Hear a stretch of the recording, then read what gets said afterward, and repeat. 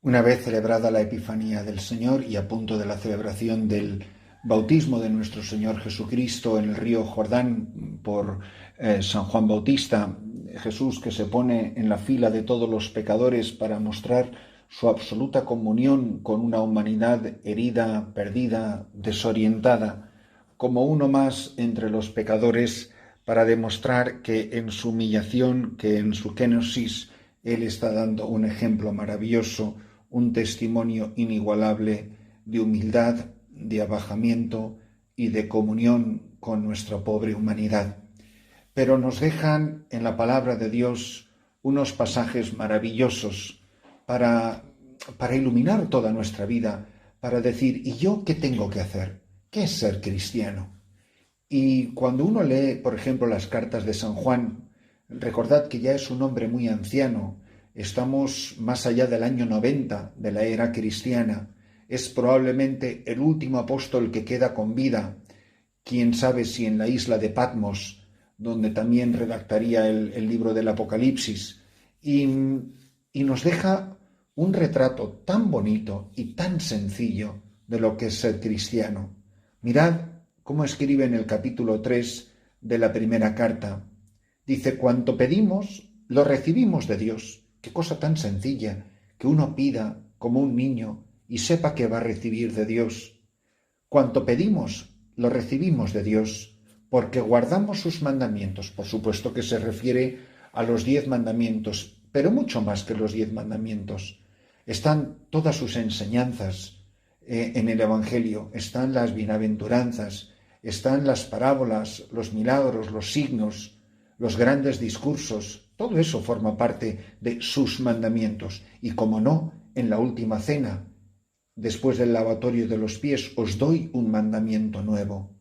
Dice, Dios nos concede lo que le pedimos porque guardamos sus mandamientos y hacemos lo que le agrada. Pero qué cosa tan sencilla es ser cristiano. Es pedir con sencillez a Dios, guardar sus mandamientos y hacer lo que a Dios le agrada. ¿Cuánta gente te pregunta en la dirección espiritual, pero padre, ¿yo qué tengo que hacer? Pues hacer lo que le agrade a Dios. Y este es su mandamiento, que creamos en el nombre de su Hijo Jesucristo. ¿Qué es ser cristiano? Es creer en Jesucristo, en el nombre de su Hijo Jesucristo.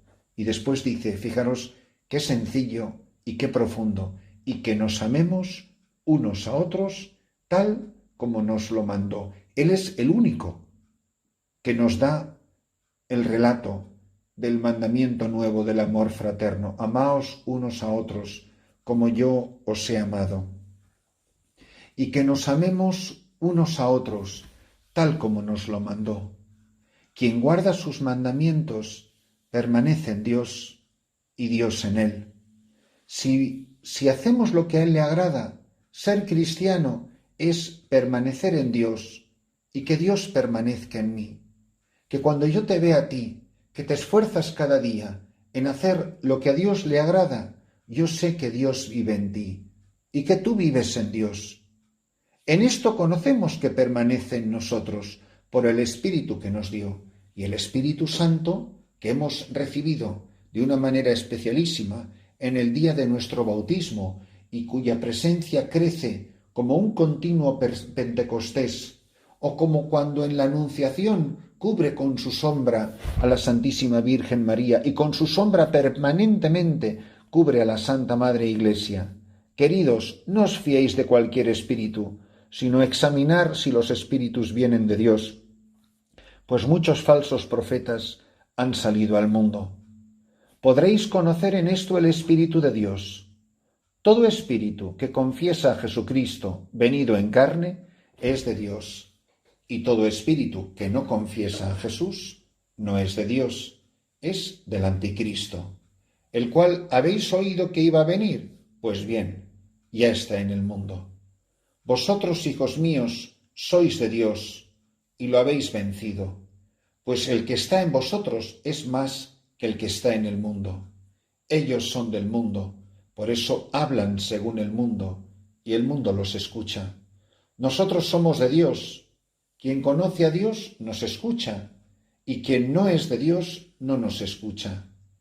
En esto conocemos el espíritu de la verdad y el espíritu del error.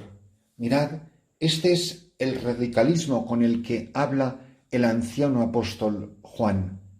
Nos está diciendo, si vives en su amor, si permaneces en su amor, si el amor de Dios, por la fuerza de su espíritu, vive en tu corazón, entonces no tienes nada que temer, ni al anticristo, ni al espíritu del mundo. Y sin embargo, cuando escuchamos el pasaje del Evangelio de hoy, aparece Jesús que comienza su vida pública. Así se cumplió lo que había dicho el profeta Isaías: país de Zabulón y país de Neftalí, camino del mar, al otro lado del Jordán, Galilea de los gentiles. El pueblo que habitaba en tinieblas vio una luz grande. A los que habitaban en tierra y sombras de muerte, una luz les brilló. También a nosotros nos ha brillado una luz que brilla con nombre y apellidos. Entonces comenzó a Jesús a predicar diciendo: convertíos, porque está cerca el reino de los cielos. Recorría toda Galilea, enseñando en las sinagogas y proclamando el evangelio del reino, curando las enfermedades y dolencias del pueblo. Su fama se extendió por toda Siria, y le traían todos los enfermos aquejados de toda clase de enfermedades y dolores, endemoniados, lunáticos y paralíticos, y él los curaba.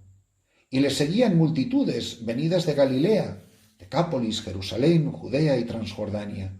Aparece Jesús, rodeado de miseria, rodeado de pecadores, rodeado de enfermos, de locos, de endemoniados.